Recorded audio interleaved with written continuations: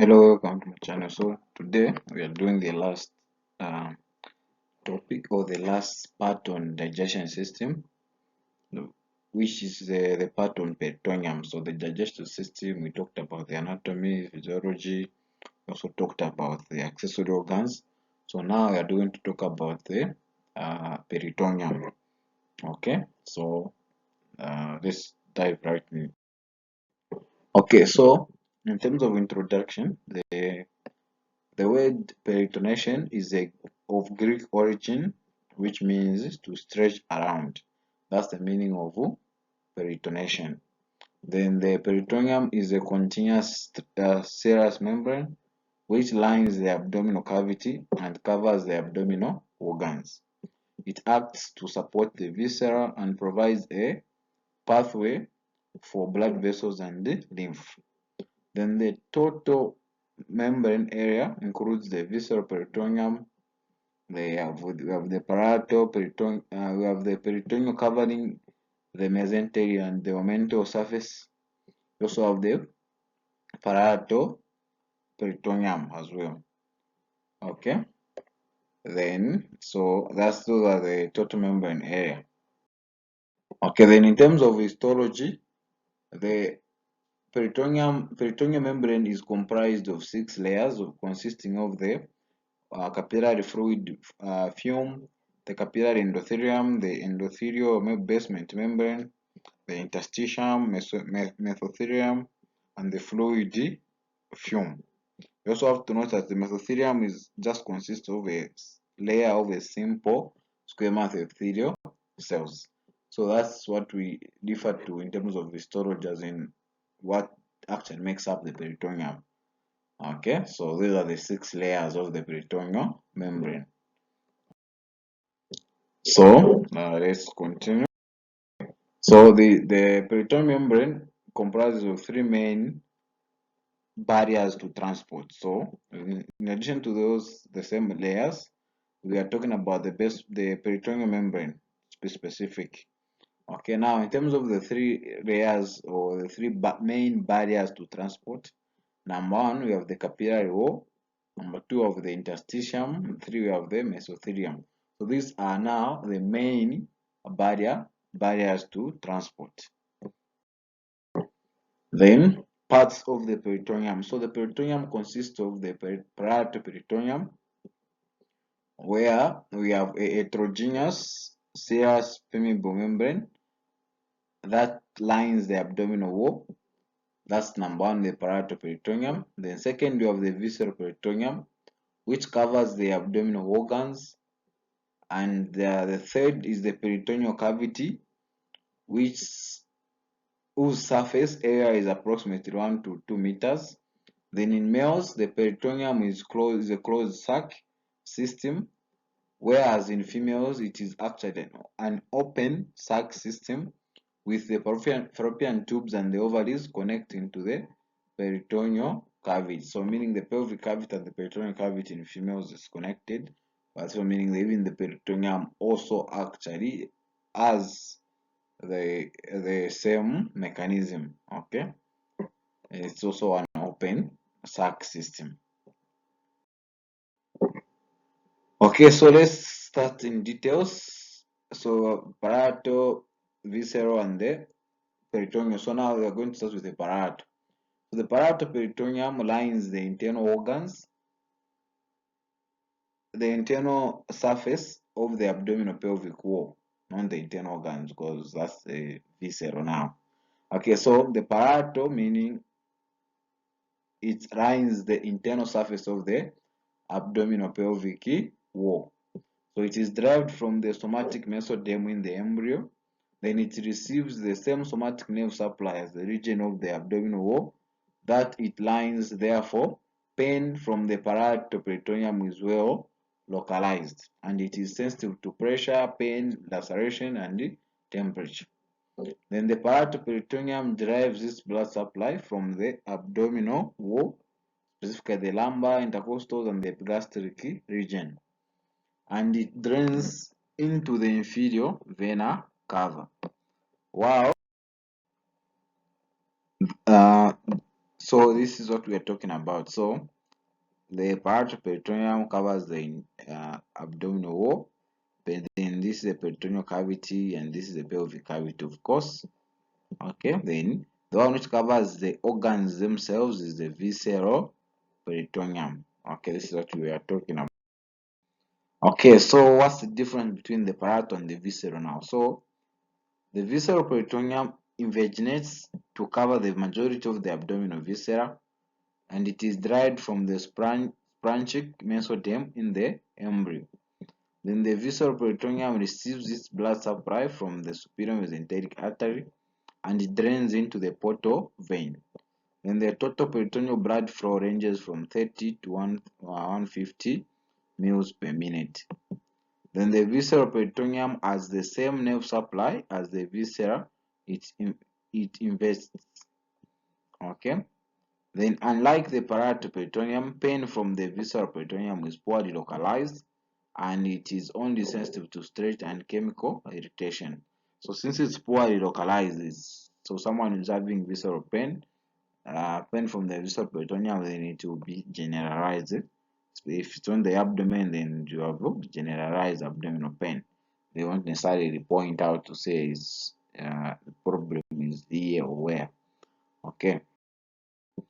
Then they are also, you need to know that there are organs that are found behind the peritoneum. So these ones we call them retroperitoneal organs. So outside the peritoneal cavity.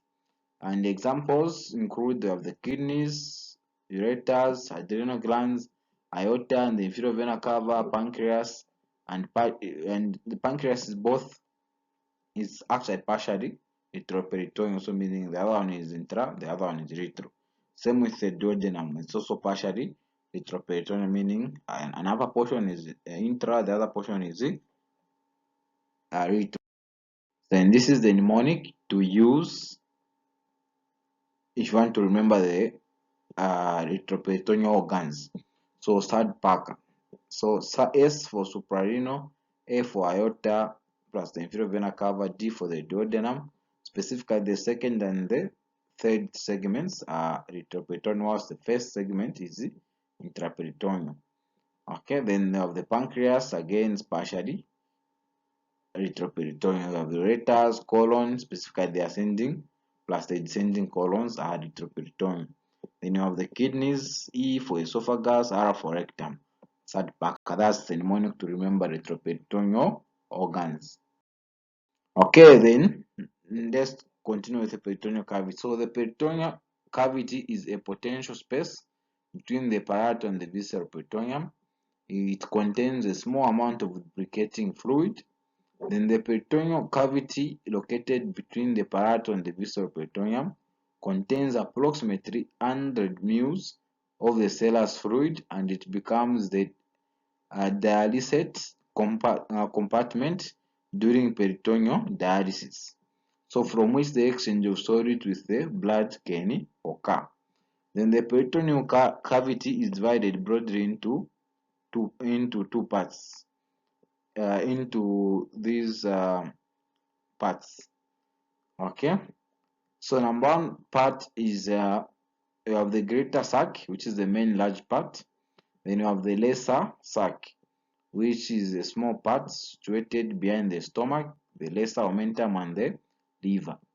Then they also have a two sac communicated through the epiploic foramen of Windsor. Okay. Then drainage of the peritoneal cavity is mainly accomplished by the lymphatic system. Importantly, the subdiaphragmatic lymphatic system is responsible for 70 to 80% of the lymphatic flow from the peritoneal cavity. Then the lymphatic system also serves as a pathway for the removal of the foreign substances and macromolecules. Then in stable patients undergoing peritoneal dialysis, the rate of lymphatic flow varies from 7 to 20 ml per hour, with volume, total fluid losses between 60 to 91 ml per cubed hours. Okay, so now let's look at the structures which are formed by the peritoneum. So peritoneum is a, it means is in Greek is peritonation means to stretch around. So since it is stretching around, it's going to make some structures. So what are those structures? Structure number one is the omentum. So the omentum is a double layer of the peritoneum that extends from the stomach and proximal part of the duodenum to other abdominal organs. Now also the omentum also has different parts of the omentum. So number one, we have the greater omentum, which it consists of four layers of peritoneum, and it descends from the greater curvature of the stomach and proximal parts of the duodenum, then folds back up and attaches to the anterior surface of the transverse colon. Then it has a role in immunity and is sometimes referred to as the abdominal policeman, or in other words you can say policeman of the abdomen or police of the abdomen. It's okay. So why? Because it can migrate to infected viscera. So anything that is infected can migrate to it, so that at least it arrests the infection, so that there is no spreading, further spreading. Okay, then the other omentum we have is the lesser omentum, which is considerably small and attaches from the lesser curvature of the stomach and the proximal part of the duodenum to the liver. It consists of two parts. You have the hepatogastric ligament and the hepatoduodenal ligament. Then you also have the omentoforamen, which is behind the right border of the hepatoduodenal ligament. Then superiorly is on the caudate lobe of the liver. Then inferiorly on the superior part of the uh, duodenum. Then anteriorly the hepatoduodenal ligament. Okay. Then posteriorly the peritoneal cavity, the inferior vena cava. That's the omentoforamen. Okay, so this is the lesser and the greater omentum. So the lesser omentum, as you've seen, the liver and the stomach, then the greater omentums on the intestines as well as the stomach. Okay, then that's all on the number one structure, which is formed by the peritoneum. The second structure formed by the peritoneum is what we call mesentery. So a mesentery is a double. So we said the other one is a four layers. Then this one is a double layer of visceral peritoneum, the mesentery. It connects an intraperitoneal organ to the usually posterior abdominal wall. So remember we said there are some organs which are intraperitoneal. So how do they actually attach themselves to the posterior abdominal wall? Okay, so they do that with the help of the mesentery, which connects the intraperitoneal organs to the posterior abdominal wall. Okay, so it provides a pathway for nerves, blood vessels, and lymphatics from the body wall to the viscera. Then the mesentery related to the gastrointestinal system is named according to the viscera. So meaning, if an example, the appendix. So the mesentery of the appendix is called the mesoappendix, which is a triangular mesentery from ileum to the appendix. Then for the colon, the transverse colon, specifically you have the transverse mesocolon. So in short, you add the meso to the organ it is attaching itself to. So the transverse mesocolon is this is where the mesentery is on the transverse colon to the transverse colon to the posterior abdominal wall. Then you have another one which is the sigmoid mesocolon, which is inverted V-shaped with an apex located in front of the left ureter and division of common iliac artery. Then, apart from, so we have talked about two structures which are formed by the peritoneum. So the third structure is peritoneal ligaments. So a peritoneal ligament is a double fold of the peritoneum that connects viscera together or connects viscera to the abdominal wall. For example, the hepatogastric ligament, which connects the liver to the stomach. Okay, so let's start with the ligaments of the liver. So there are actually a lot. So you are not necessarily supposed to master all of this, but at least you are supposed to say, okay, if what structures are formed on by the peritoneum, you'll be able to tell. Say, okay, ligaments, peritoneal ligaments, the mesentery, the omentum. So at least you have knowledge on the peritoneum. That's the uh, thing about the lecture for today. Okay, so ligaments of the liver. So we have the first form ligament of the liver, of the coronary ligaments of the left and the right triangular ligaments of the hepatogastric ligaments. You have the hepatoduodenal ligament and you have the ligamentum teres hepatis. Then you also have ligaments of the spleen. You have the gastrosplenic ligament, the splenorenal ligament, the phrenico-splenic ligaments. You have the splenochoric ligament. Those are ligaments of the spleen. Then for ligaments of the stomach, you have the hepatogastric ligament, the gastrosplenic ligament, the gastrosplenic ligament of the gastrochoric ligament of the gastropancreatic ligament. So these are ligaments of the stomach. Okay, then the other structures which are formed by the peritoneum, we have folds and recesses of the posterior abdominal wall, such as the spiroduodenal fold and recess, the inferior duodenal, the intersigmoid, we have the retrocecal and the hepatorenal recess. So these are some of the recesses, especially for these ones, they are actually even very important, especially with the first scan for trauma patient, the focused assessment with ultrasonography in trauma.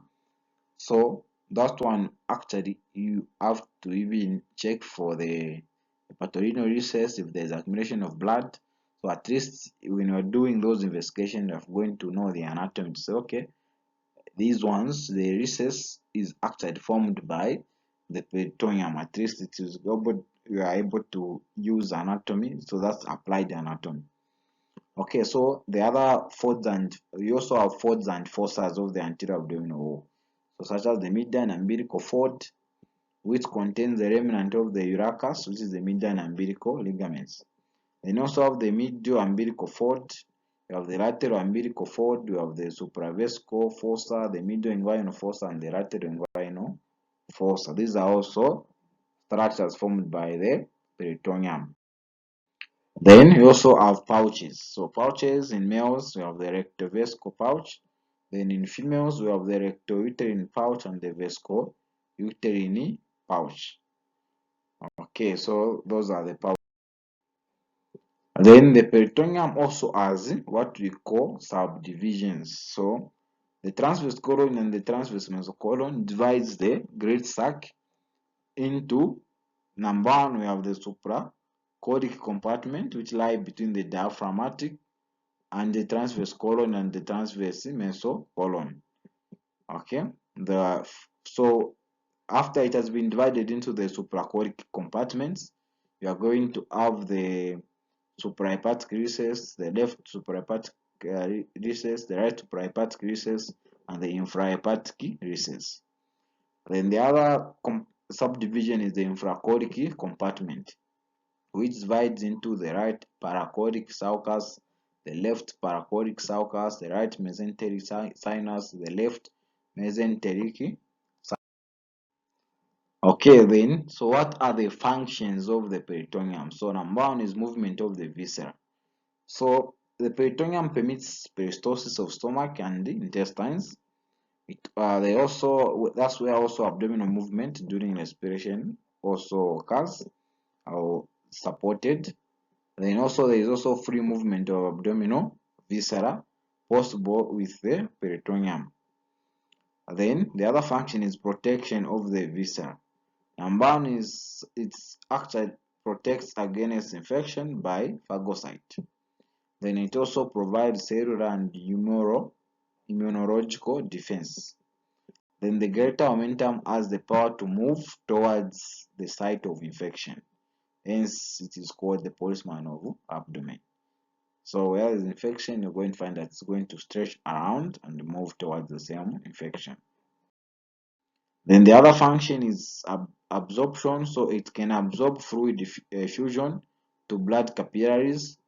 Then the greater absorptive power of the subphrenic area due to the large surface area and respiratory movement. Then the other function is dialysis. So metabolites like urea can be removed from the blood in peritoneal dialysis. So these are some of the functions of the peritoneum.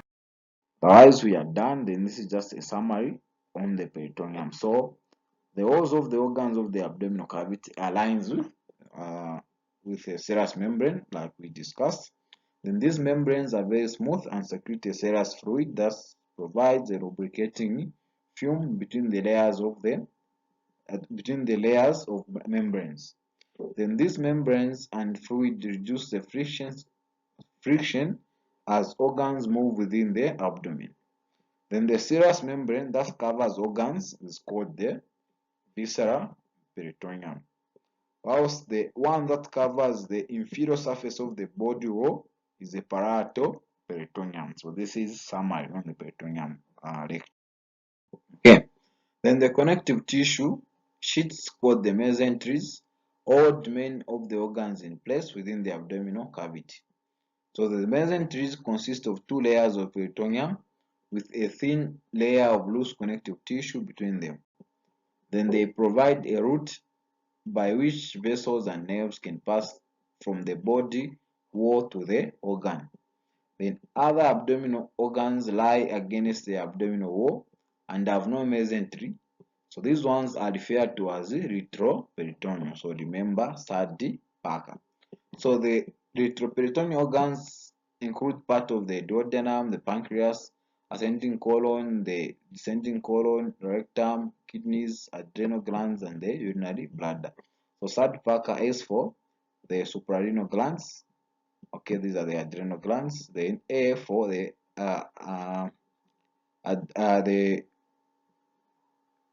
that's for the ascending colon. So okay, then D for the duodenum. Then the first A is for the aorta. Okay, then the ascending colon falls under the C for the Parker. So I think there's a bit of miscommunication. Okay, so S for suprarenal gland, A for aorta, D for duodenum, then P for the pancreas, U for the ureter, C for the colon. Now the colon, there are two of the ascending and the descending colon. K for the kidneys, E for the esophagus, R for uh, the rectum. Otherwise, that's the retroperitoneal organs. So then some mesenteries are given specific names. So the mesentery connecting the lesser curvature of the stomach and the proximal end of the duodenum to the liver and the diaphragm is called the lesser omentum. Then the mesentery extending as a fold from the greater curvature and then to the transverse through the colon is called the greater. Then the greater omentum forms a long double fold of mesentery that extends inferiorly from the stomach over the surface of the small intestine. Then because of this folding, a cavity or pocket called the omental bassa is formed between the two layers of the mesentery. Then a large amount of fat accumulates in the greater omentum and it is referred to as the fatty apron. Then the greater omentum has considerable mobility in the abdomen. Then these are all the things we are talking about. So the coronary ligament attaches to the liver, attaches the liver to the diaphragm. Then, unlike other mesenteries, the coronary ligament has a wide space in the center. You have the bare area of the liver where no peritoneum exists. Then the other ligament which we have is the falciform ligament, which attaches the liver to the anterior abdominal wall. Then the mesenteries of parts of the colon are the transverse mesocolon, which extends from the transverse colon to the posterior abdominal to the posterior body wall. Then you have the sigmoid mesocolon. You also have the vermiform appendix, which actually, as it's only to mesenteric called the meso.